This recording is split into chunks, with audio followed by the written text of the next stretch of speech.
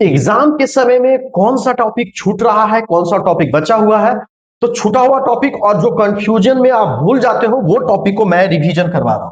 दोस्तों, electrical work is equal to क्या होता है, वी इंटू क्यू। क्या होता है, potential into charge. Potential into charge है ना, इलेक्ट्रिकल वर्क हो गया।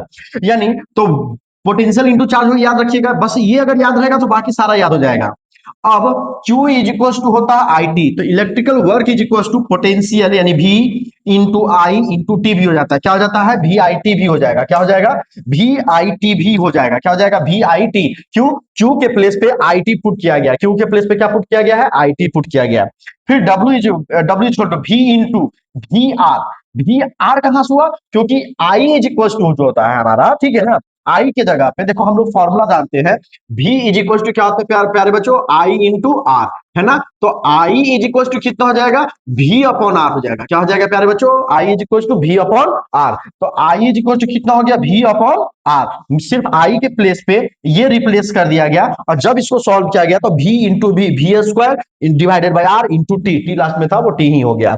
उसके बाद W equal to potential equal to, फिर हम लोग यहाँ पर पुट करेंगे V इज इक्वल टू कितना होता है, अभी V is equal to I square, तो यहाँ पे अगर स्क्वायर होगा तो यहाँ पर भी क्या हो जाएगा, स्क्वायर हो जाएगा। तो यहाँ पर मैंने आई स्क्वायर इंटू आर स्क्वायर किया, यहाँ पर अगर ये स्क्वायर से बाहर निकलेगा तो आई स्क्वायर इंटू आर स्क्वायर भी हो जाएगा। तो क्या हो जाएगा, आई स्क्वायर आर टी, लेकिन डिवाइडेड में कितना था, आर। तो आर से ये स्क्वायर कट गया तो क्या बचा, आई स्क्वायर आर टी। यानी पोटेंशियल यानी वर्क डन का एक, दो, तीन, चार, ये चार फॉर्मूला बना वर्क डन का। चार फॉर्मूला में आप माइंड में रखिएगा, और ये फॉर्मूला का कब यूज करेंगे, जब पोटेंशियल और चार्ज दिया हुआ हो तो वर्क डन निकालने के लिए ये फॉर्मूला, जब पोटेंशियल करंट और टाइम दिया हुआ हो तो ये फॉर्मूला, जब पोटेंशियल और टाइम और रजिस्टर दिया हो तो ये फॉर्मूला, फिर ये भी करंट रजिस्टर और टाइम दिया हुआ तो ये फॉर्मूला यूज करेंगे।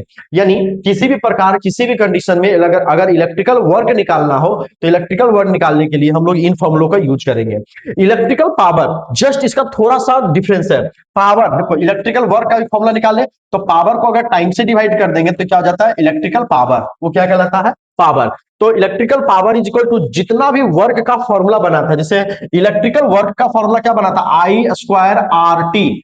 तो पावर क्या होता है, वर्क को टाइम से डिवाइड कर देंगे, तो आई स्क्वायर आर टी था तो यहाँ पर टी से डिवाइड कर दिए, तो पावर इज इक्वल टू कितना हो जाएगा, I square R. Power is equal to कितना हो जाएगा, I square R.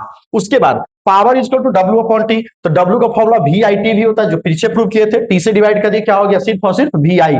Power is equal to W upon T, तो डब्ल्यू अपॉन टी यानी वी स्क्वायर टी होता था डिवाइडेड बाय आर।